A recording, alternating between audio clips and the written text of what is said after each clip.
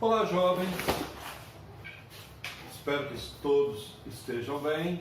Sejam bem-vindos a mais essas aulas de Química. Eu vou começar a aula corrigindo a atividade da aula anterior.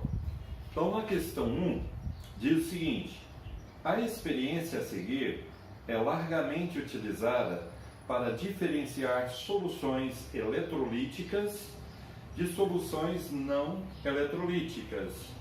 O teste está baseado na condutividade elétrica e tem como consequência o acendimento da lâmpada. Então, creio que vocês tenham visto o experimento lá, dos materiais que conduzem e os que não conduzem corrente elétrica. A lâmpada acenderá quando no recipiente estiver presente a seguinte solução. Olha, na letra A, nós temos o gás oxigênio. Então vocês sabem que o gás oxigênio, nós respiramos ele e ele não conduz corrente elétrica. Na letra B, temos a água gasosa. Vapores de água também não conduz corrente elétrica. Na letra C, nós temos o HCl, que é o ácido clorídrico. Posteriormente, vocês vão aprender a dar nome aos ácidos. Então, todo ácido, toda base, todos sais e todos óxidos, que são as funções inorgânicas que vocês começam a estudar agora, conduzem corrente elétrica. Já na letra D, é o açúcar. O açúcar não conduz corrente elétrica. Bom, questão 2. De acordo com o primeiro vídeo, o que são eletrólitos? Então, são substâncias que em solução aquosa, ou seja, na presença de água, ionizam ou dissociam, passando a ter íons livres que conduzem corrente elétrica. São eles, os ácidos, as bases, os sais e os óxidos. Então, naquele experimento, se você fizer em casa, se você colocar as extremidades, suponhamos, você tem aqui um fio elétrico,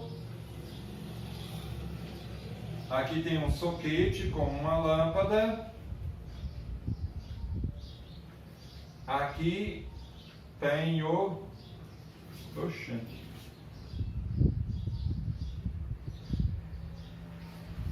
isso aqui chama macho, onde a gente coloca na tomada. A tomada é a fêmea. Então, quando você quiser esse material, você chega no material de construção e fala: eu quero 3 machos, 5 fêmeas, a quantia você define, tá bom? Mas o nome certo é isso. Um soquete, uma lâmpada. Porém, essa lâmpada, o certo é uma lâmpada incandescente. Aquelas antigas, incolores, quentes, que consomem muita energia elétrica, para você visualizar melhor. Talvez uma lâmpada fluorescente ou LED, você não vai observar esse fenômeno. Então aqui você coloca, vamos supor, o sal sólido. Aqui você descasca as duas extremidades do fio. Você vai ver que a lâmpada não vai acender. Aqui coloca na tomada.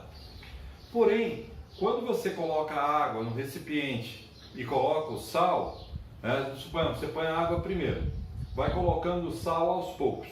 Com o passar do tempo, a lâmpada começa a acender de uma forma bem fraquinha. À medida que você vai aumentando a quantidade de sal, ou seja, fazendo com que a solução se torne mais concentrada, a luminosidade da lâmpada aumenta, tá bom? Agora, por que isso acontece? Com o sal sólido não acende e o sal na presença de água acende. Porque na presença de água vai ter ionização, liberação de íons. E esses íons vão se movimentar ali, e esse movimento dos íons faz com que haja a condução da corrente elétrica, tá bom? Então vai ter elétrons, que vai conduzir corrente elétrica. Se você coloca açúcar no recipiente, não vai acender. Se você coloca água e coloca açúcar, pode ser em quantidade bem grande, também não vai acender.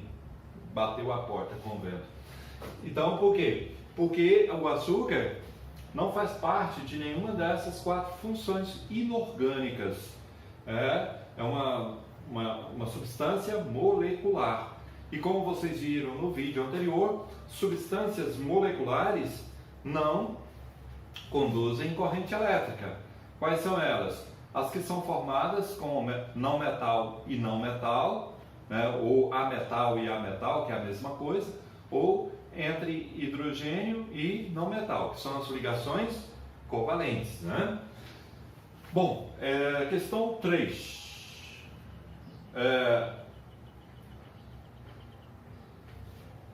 Então, diz o seguinte: substâncias moleculares conduzem corrente elétrica?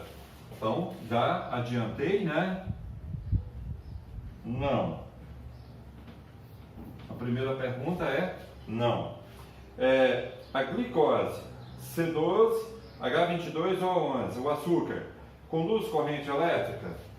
Também não. Por quê? Substâncias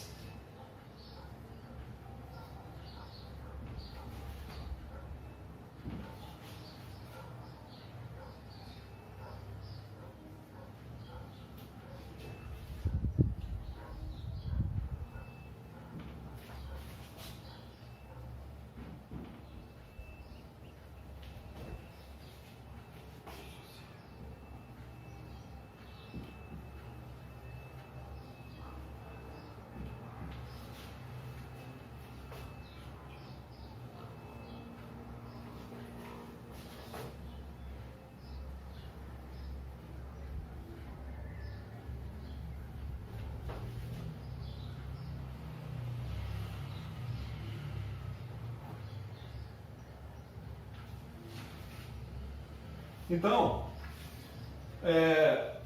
por quê? Porque as substâncias moleculares não ionizam, se não ioniza, não dissocia, né, não dissolve em água e não conduz corrente elétrica, tá bom? Porque no açúcar, que é o C12, H22O11, observa que carbono e oxigênio, todos os dois são não metais, é uma substância molecular. O mesmo ocorre também com hidrogênio e um não metal também, é uma substância molecular, ou seja, covalente, tá bom? Então, agora vamos para a próxima parte.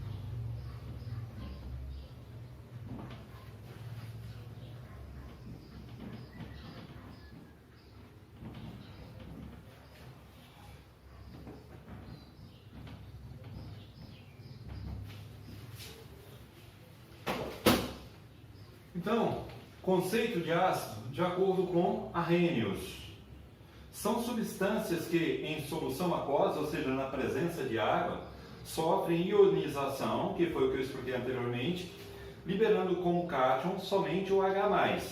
Então, exemplo.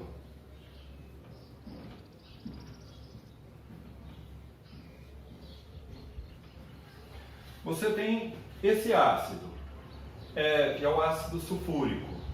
Então, se você quer montar a equação dele, né, que tem exemplos para vocês fazerem semelhante lá nos exercícios desta aula, qual é o procedimento? Você põe a seta, escreve a palavra água ou põe o símbolo H2O, tá? Aqui sempre será H+, aquoso, mais SO4 aquoso.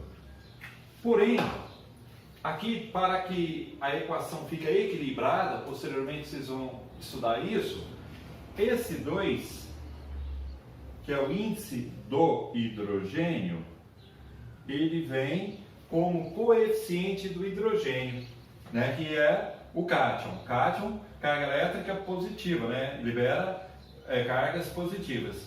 E vem para cá também, ó, que é o expoente do ânion. Todo ânion tem expoente negativo, né? Todo cátion tem expoente positivo. Então, sempre nesse mesmo raciocínio. Outro exemplo.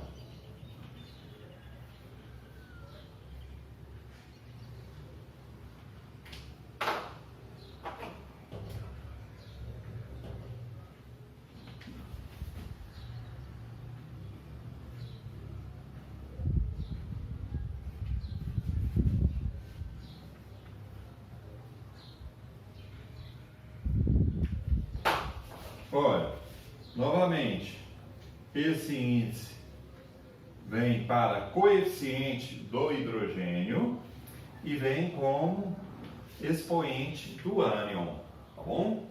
Então é esse modelo.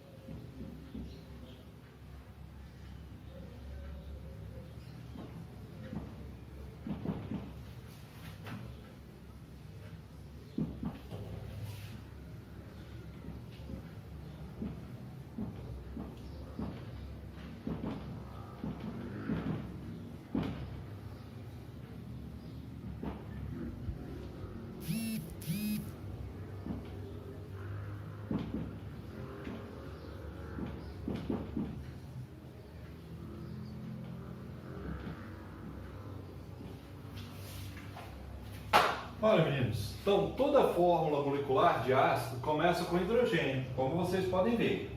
Então, se você tem várias fórmulas moleculares e o exercício pede para você assinalar aquelas fórmulas que são ácidos, obrigatoriamente você vai assinalar aquelas em que o primeiro elemento químico é hidrogênio, tá bom?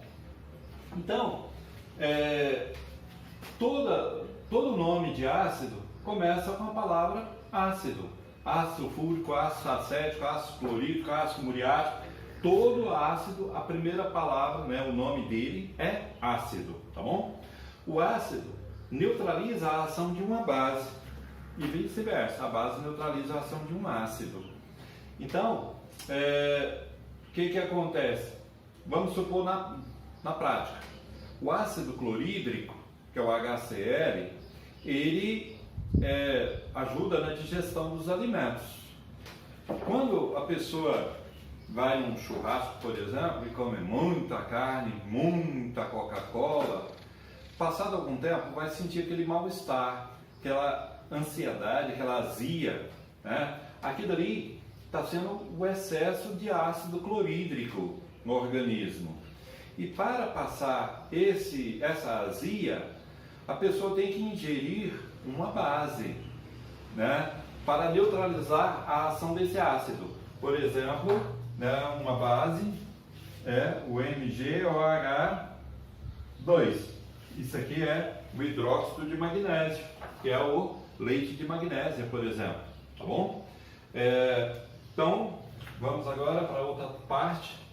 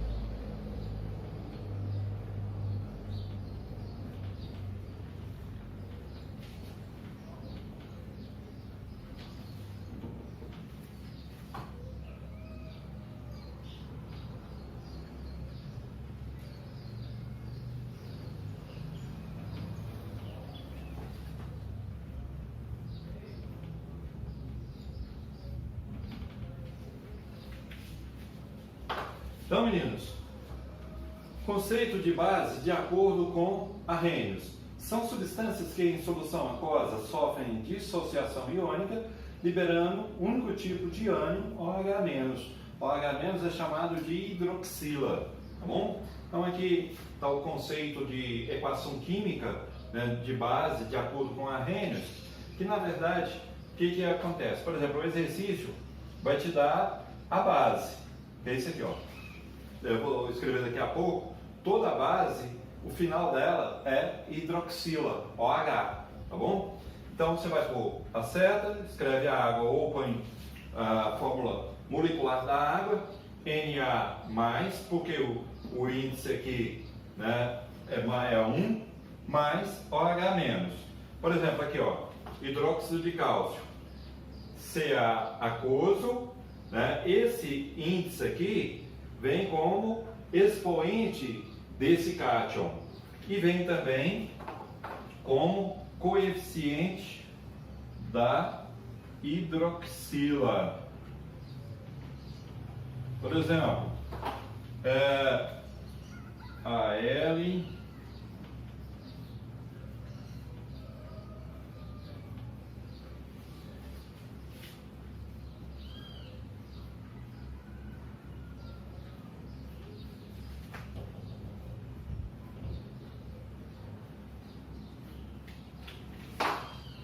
olha, novamente, ó, esse vem como expoente do cátion e vem como coeficiente do ânion.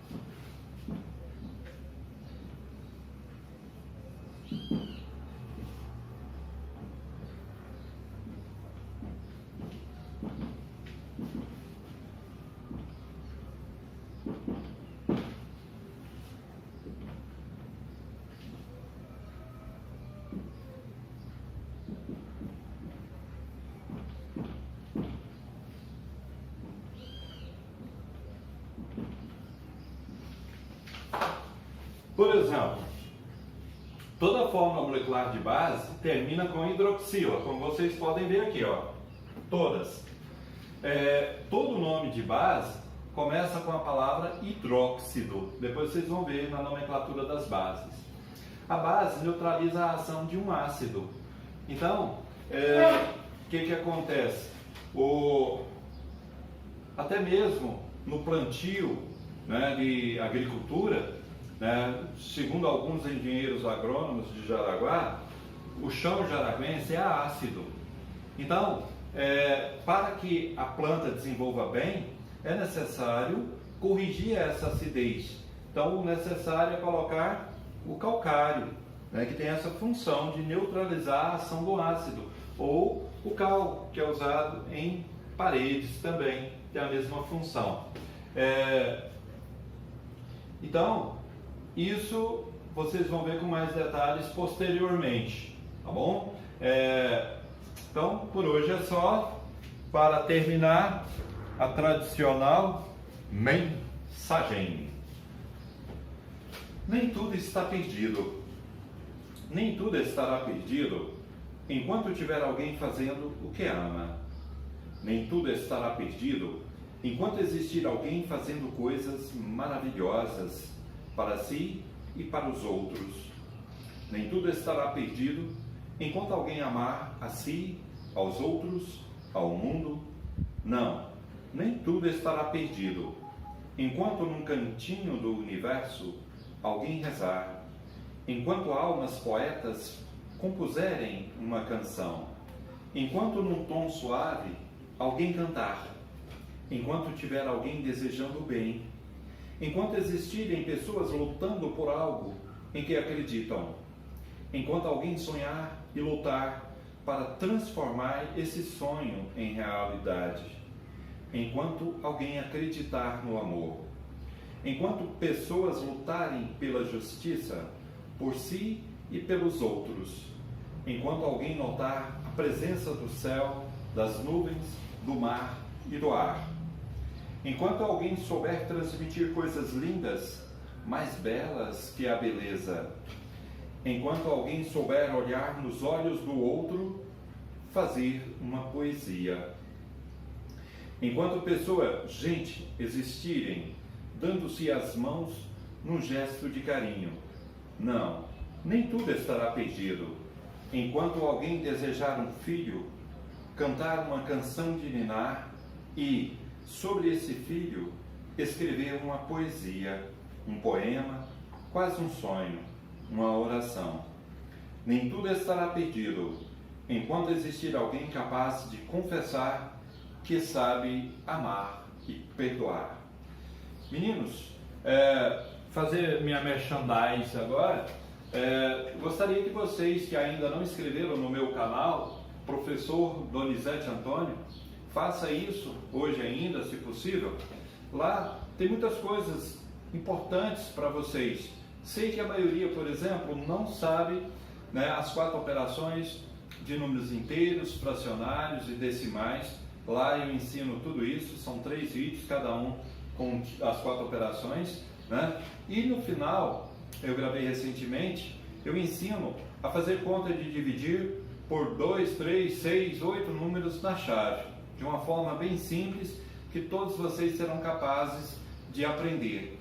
Lá tem vários experimentos, né, várias seleções de músicas de vários estilos, para todos os tipos de gostos, né? Então repasse também, por favor, para os seus pais, né? Deixe seu like, acione o sininho e compartilhe com as suas redes sociais. Desde já, muito obrigado. Então ajude seu professor a receber trocados do YouTube, tá bom? Tchau, obrigado. Até a próxima.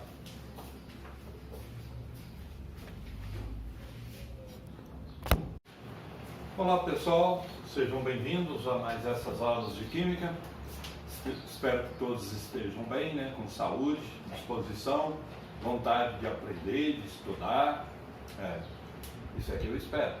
Olha, então eu vou começar a aula corrigindo as atividades da aula anterior.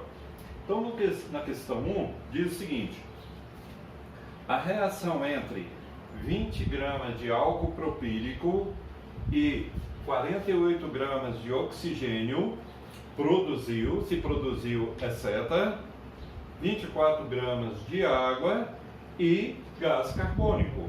Qual é a massa de gás carbônico obtida? Ou seja, na lei de Lavoisier, que é a lei da conservação das massas, a soma das massas dos reagentes tem que ser igual à soma das massas do produto da reação. Então, às vezes, o nosso X é a primeira substância, pode ser a segunda, pode ser a terceira e pode ser a quarta, como é o nosso caso. Agora, é só lembrar que no lugar da seta a gente substitui por igualdade e depois é só manter a ordem, não tira nada do lugar. 20 mais 48 igual 24 mais X. Agora é a matemática que vocês vê há 10 anos atrás, né? Equação de primeiro grau. Qual é o objetivo? Isola a letra, de preferência no primeiro membro, troca o sinal quando muda de membro. 24 menos 20 menos 48. Menos x é igual a menos 44. Multiplica-se por menos 1, x é igual a 44. Exercício 2. De acordo com a lei de Lavoisier, 10 gramas de etanol reage, toda vez que diz reage, combina, né, ao lado é mais, viu? Com oxigênio, produzindo 19 gramas de gás carbônico e 12 gramas de água. Mesmo processo. 10 mais x, no lugar da seta, substitui por igualdade. 19 mais 12. 10 mais x é igual a 31. X é igual a 31. Passo 10 para cá com o sinal trocado. 31 menos 10, 21 gramas. Bom, então agora, terceiro e último.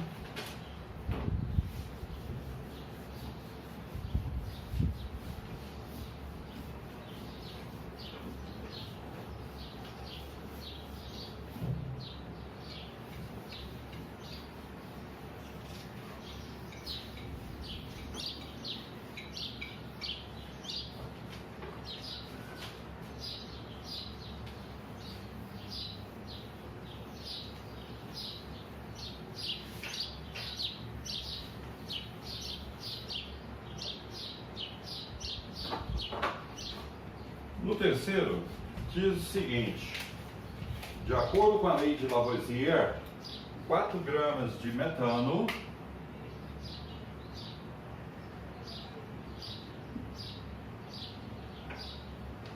reage com 16 gramas de oxigênio,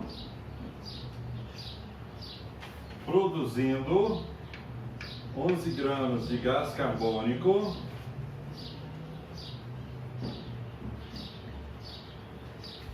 ao lado de 9 gramas de água. Qual é a massa de gás carbônico produzida? Opa, peraí. 16.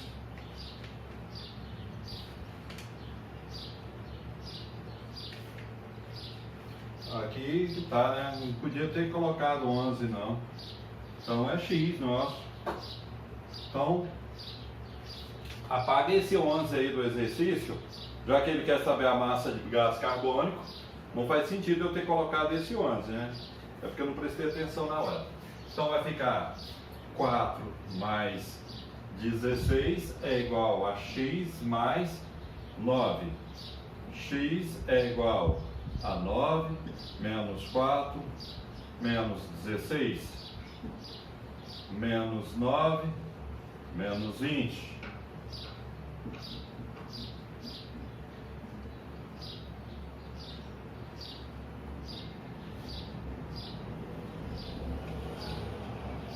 Então é isso aí, meninos. Lei de Lavoisier, muito simples. Agora vamos para o próximo tópico.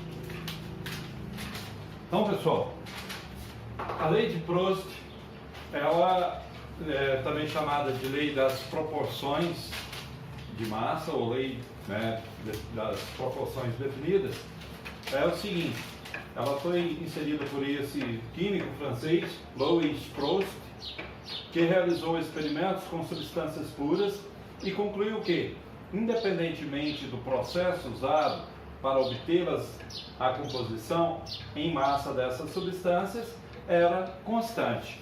Então, essa lei ela é definida com as massas dos reagentes e produtos participantes de uma reação mantém uma mesma proporção, uma proporção constante.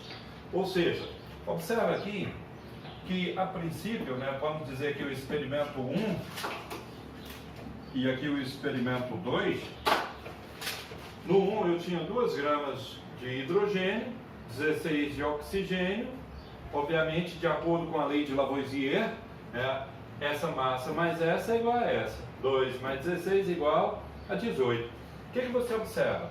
Daqui para cá, do experimento 1 para o 2, duplicou, de 2 passou a ser 4, automaticamente duplicou aqui e duplicou aqui, ou seja, se triplicar na primeira substância, obrigatoriamente tem que triplicar nas outras também. Se quadruplicar na primeira substância, automaticamente tem que quadruplicar nas demais, tá bom? Então, um exercício.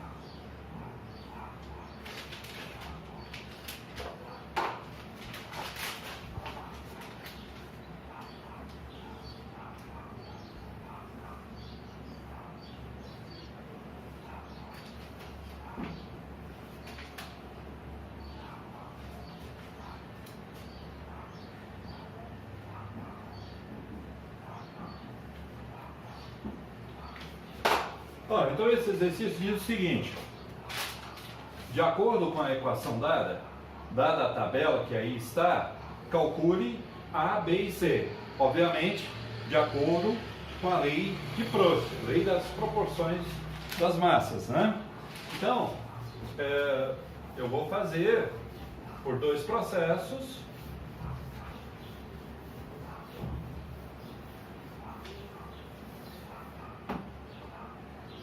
Eu vou fazer a princípio do jeito que você deve fazer no vestibular e no Enem, bem rápido, né, para ganhar tempo. Olha, primeiro, eu vou aplicar a lei de Lavoisier aqui, claro, bem simples. Eu sei que isso mais isso é igual a isso.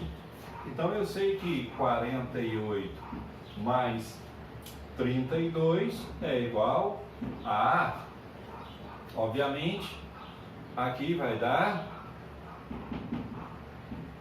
80. Concorda? Olha, aqui vai dar 80 gramas de ar. Agora, daqui para cá, o que aconteceu? Duplicou. Obviamente, irá duplicar aqui em B também. Se era 32, logo conclui que B é 64 gramas. Concorda? Como eu sei que o A é igual a 80, quanto vale o C? O dobro de 80, 160. Esse é o método que você deve fazer no Enem e no vestibular. Agora, eu vou fazer pelo método demorado, né? Como o próprio nome diz, lei da proporção, então eu posso fazer também uma proporção. Veja, se eu tenho 48, né, está para 96, assim como 32 está para B. Simples. Obviamente, você para pegar uma proporção dessa, você não poderia pegar essas duas frações, que aí você ia deparar com 3 letras, não vai sair nada. Então você pega as frações de forma tal que fique apenas uma letra. Então, multiplicando por cruzado. Agora eu vou usar esse aparelho.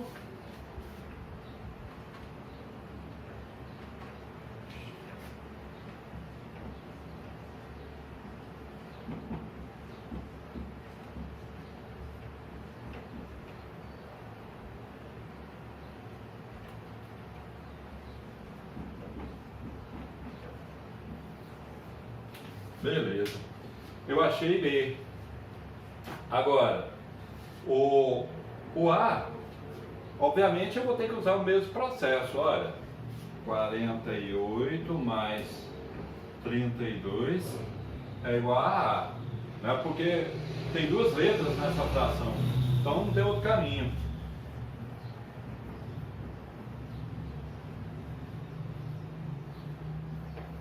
Agora, meninos, você tem 2 caminhos. Você pode comparar esta fração com esta, ou esta com essa, já que você já conhece o valor de B, tá bom?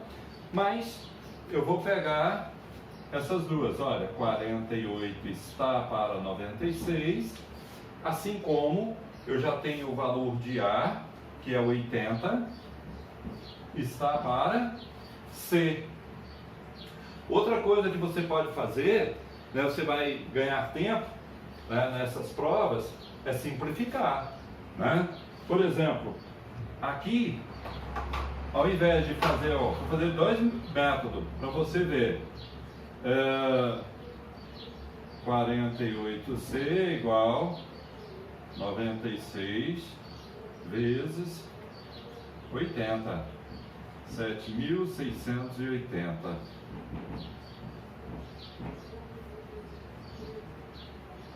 Dividido por 48. Então, quando a gente usa o pensômetro, que é o aparelho que faz pensar, tudo fica mais fácil. Veja, eu tenho aqui 48 dividido por 48, 1. 96 dividido por 48, 2. 1 vezes C, C. 2 vezes 80, 160. Né? Aqui você foi para São Francisco, passando por Anápolis, né, Ouro Verde, Nerópolis, Petrolina, aí deu muita volta para chegar em São Francisco. Aqui já chegou em São Francisco direto. Então, meninos, são caminhos, né, que você tem para chegar no resultado mais rápido. É importante você treinar em simplificar frações. Eu postei no meu canal as 4 operações de números inteiros as 4 operações de números fracionários e devo postar rapidão as 4 operações de números decimais. Vocês sabem, né, que vocês precisam muito saber disso. E, né, veja um vídeo por dia, claro, fazer minha propaganda, não deixe, né, de deixar o seu like, né, acionar o sininho, inscrever no meu canal, compartilhar com suas redes sociais, porque não tem ninguém que não precisa de saber as 4 operações, né? E lá também tem as tabuadas de forma bem simples, multiplicação e divisão por 10, 100, 1000, 10.000, né? Além de que tem várias playlists de musicais com vários estilos, né? Que até seu pai e sua mãe com certeza irá gostar de ver alguns. Meninos, então, para terminar, como sempre, mensagem. Prosperidade. Pense constantemente em melhorar suas condições físicas, morais e espirituais. Reconheça que há dentro de todos nós uma fonte de poder da qual podemos tirar tudo o que necessitamos. Observe cuidadosamente o que pensa, o que diz, o que faz, para não ferir nem prejudicar alguém. Seja otimista, alegre, jovial, deixando transparecer em seu semblante paz e serenidade. Procure cumprir suas obrigações com amor e alegria. Esqueça por completo as cenas tristes do passado, os erros, as mágoas, as ofensas que alguém lhe fez. Retribua a confiança que alguém lhe deposita, cumprindo seus compromissos, seus deveres sociais. Incuta em sua mente a ideia de que você é uma criatura humana, que faz parte da vida do universo, que veio ao mundo para aprender, amar e servir. Descontraia-se, alegre-se, divirta-se nas horas de folga. A diversão sadia faz bem ao corpo e à alma. Se bem que nesse tempo está sendo muito possível, não. Aumente seu otimismo, alimentando pensamentos positivos de harmonia, amor, confiança, saúde e sucesso.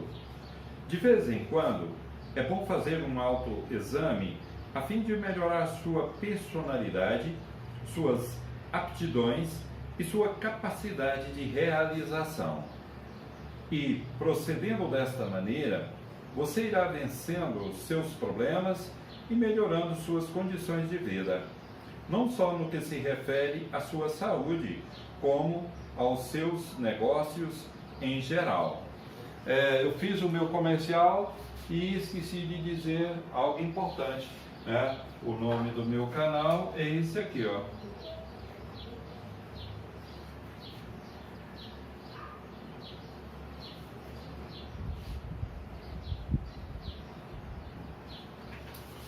Então, meninos, tudo de bom, até a próxima e fique com Deus. Juízo na minha ausência, já que na minha presença eu vigio. Tchau!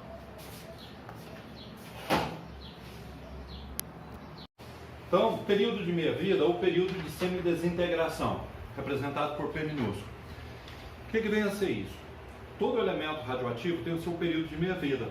Alguns são de minutos, outros de horas, outros dias, meses, anos, né? O urânio mesmo, que é usado em usinas nucleares, milhões de anos o período de meia-vida dele, ou seja, praticamente indestrutível. Então, para vocês entenderem melhor, o Césio-137, causador do acidente radioativo de Goiânia em 1987, ele tem um período de meia-vida de 30 anos. O que causou esse acidente radioativo foram 23 gramas de cloreto de césio. O que vem a ser isso? Então gasta-se 30 anos para que essas 23 gramas possa reduzir pela metade, 11 gramas e meia, certo? E gasta 60 anos para ela desaparecer do ambiente. Bom, então nós temos uma fórmula para trabalhar com isso aí.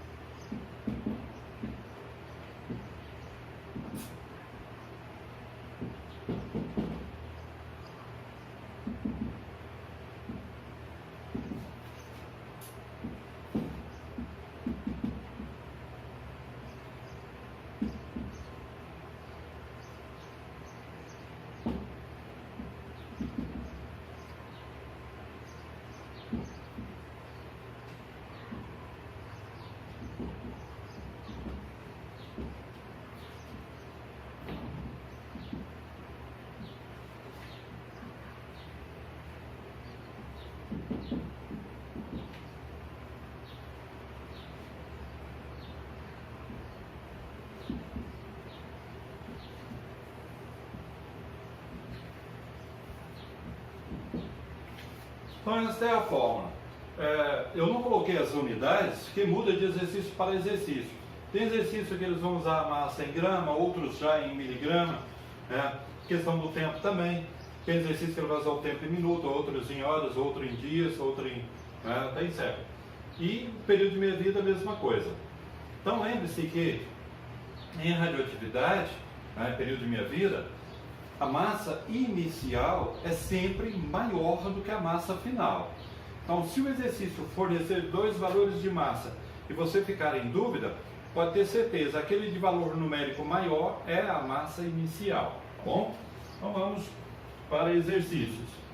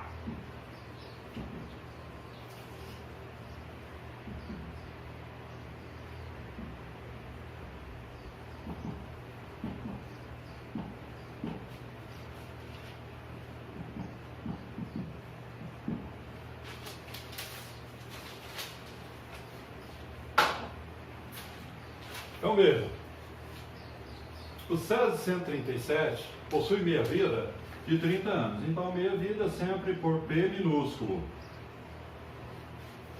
Se tivermos 12 gramas desse elemento, após quanto tempo, também aqui é o tempo decorrido, essa massa reduzirá a 0,75 gramas. É o que eu disse, como aqui nós temos dois valores numéricos, o maior é sempre a massa inicial.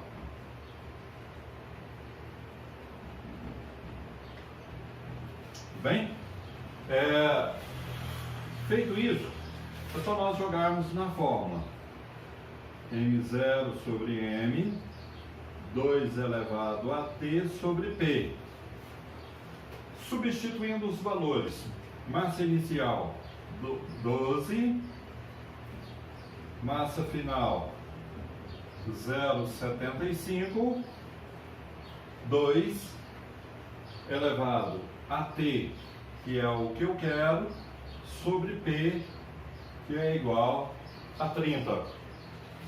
Dividindo, porque esse traço significa divisão, 12 dividido por 0,75. Então vai dar 16. 2 elevado a T sobre 30. E aí, hein? Aqui, meninos, a gente cai num caso lá da matemática, acho que é do primeiro ano que vocês viram, função exponencial. Qual é o objetivo da função exponencial? Cortar as bases e trabalhar com os expoentes. Então é isso que nós teremos que fazer. Para isso, o que eu faço? Fatora o 16. Então vai dar o quê? 2 elevado a 4. Aí o que fazemos? As bases são iguais, corta elas. Trabalha com os expoentes. 4 é igual a T sobre 30. Multiplicando cruzado, 3 vezes 4, 12 com 0, 120. Então, 120 anos para ela reduzir a isso. Espero que vocês tenham entendido. Mais um para fechar.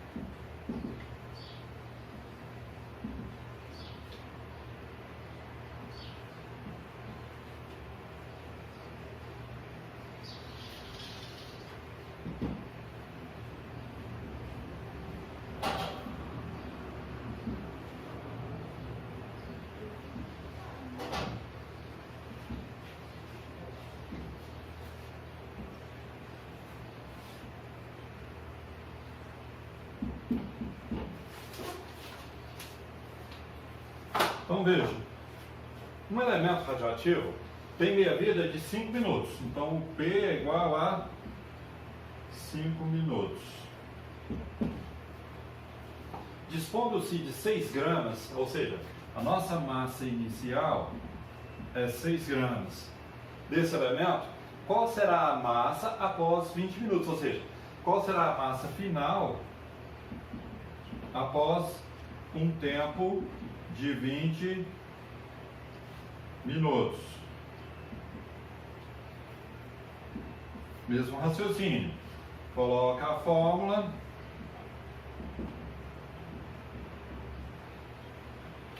Massa inicial 6, massa final é o que eu quero, 2 elevado ao T, que vale 20, sobre o P, que é 5, 6 sobre M, 2 elevado, 20 dividido por 5, 4, 6 sobre M, 2 elevado a 4 é 16. Então, multiplicando cruzado, eu tenho 16M é igual a 6. M é igual a 6 sobre 16. M é igual a 8.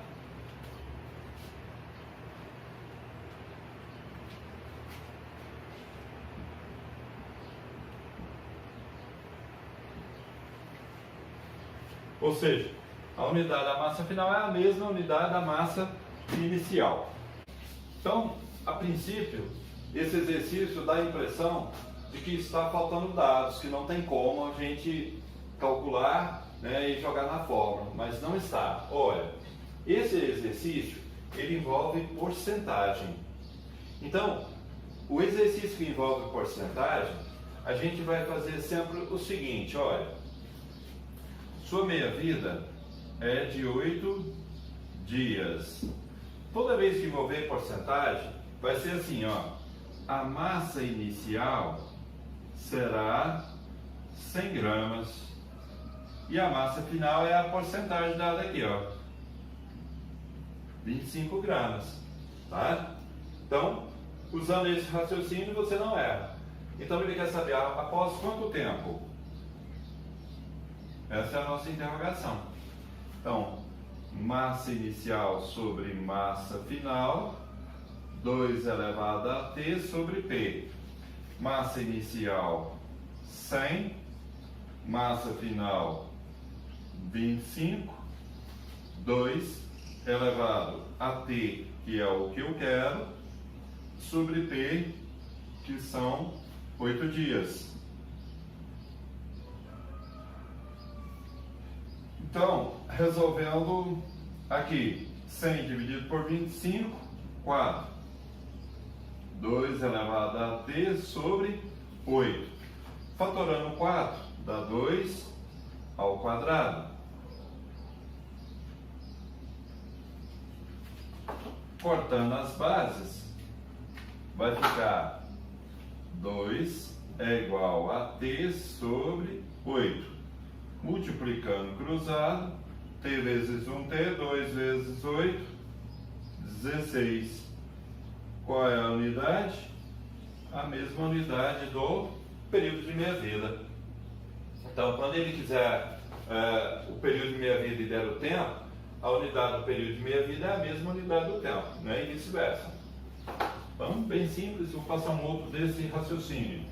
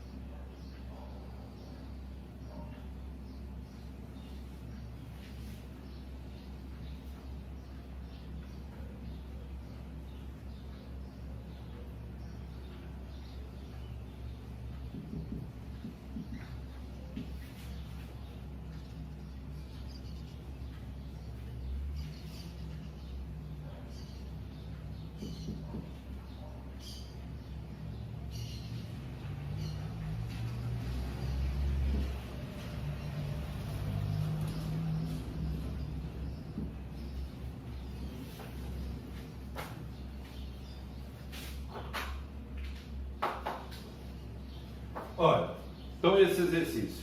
A massa de um determinado isótopo radioativo se reduz a 12,5%. Então, acompanhando o raciocínio anterior, a massa inicial 100 gramas, a massa final 12,5 gramas.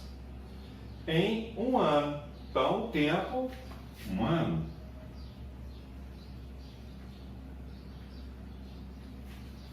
Calcule a meia-vida desse isótopo em meses. Então, ele quer o tempo em meses. Então, para não dar problema, ao invés de pôr um aqui, você vai pôr o quê?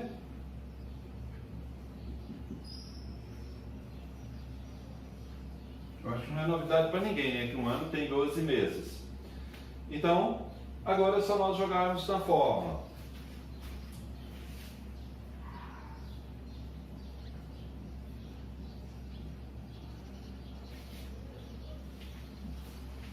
Massa inicial 100, massa final 12,5,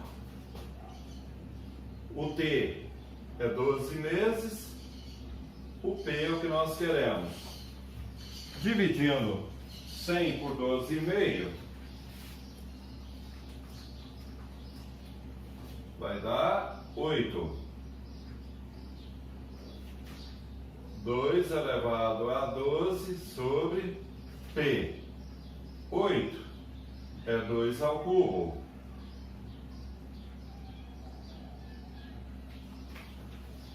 Então, cortando aqui, vai ficar 3, 12 sobre P. 3P é igual a 12. P é igual a 12 sobre 3. P é igual a 4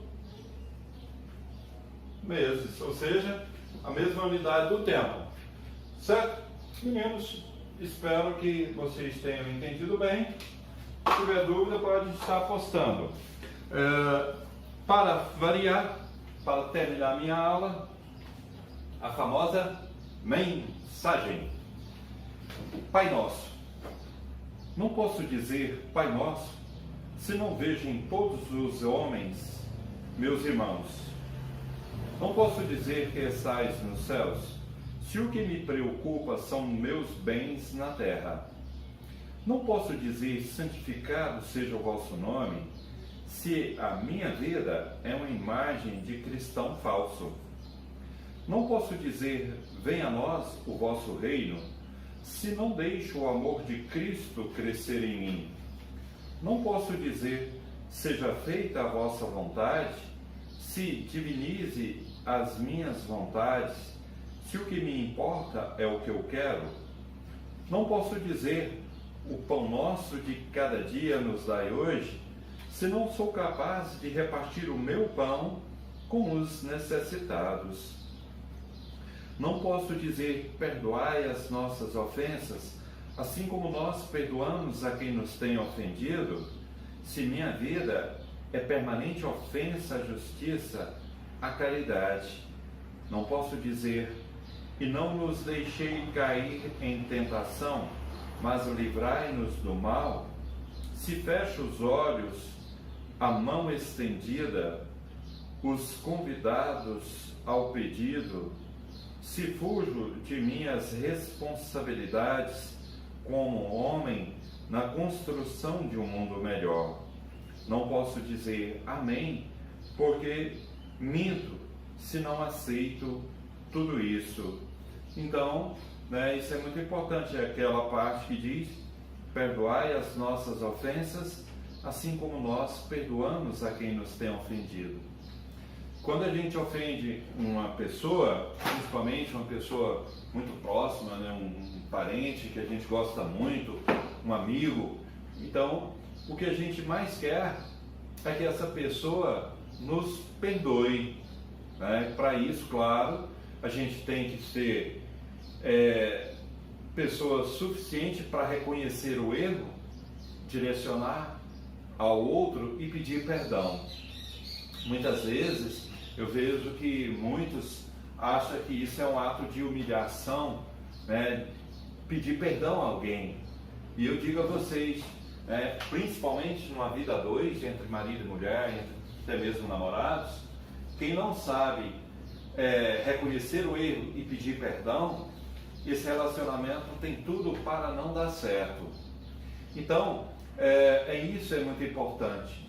E se você quer que a pessoa que você ofendeu te perdoe, né? Quem ofendeu você também quer isso, quer que você perdoe ela, né? E se você guarda mágoa no coração, né? Eu vejo assim, muitas vezes a pessoa tem anos que não conversa com a outra pessoa, né? Que era muito amigo, muito amiga, fala que é orgulho, né? Que ele não vai humilhar para pedir perdão àquela pessoa ou perdoar aquela pessoa e voltar como era antes. Então, não é isso que Jesus nos ensinou, né? Através da oração do Pai Nosso fica bem claro isso aí. Tá bom, meninos? Bom trabalho, tudo de bom, né? Até a próxima, se Deus assim o permitir.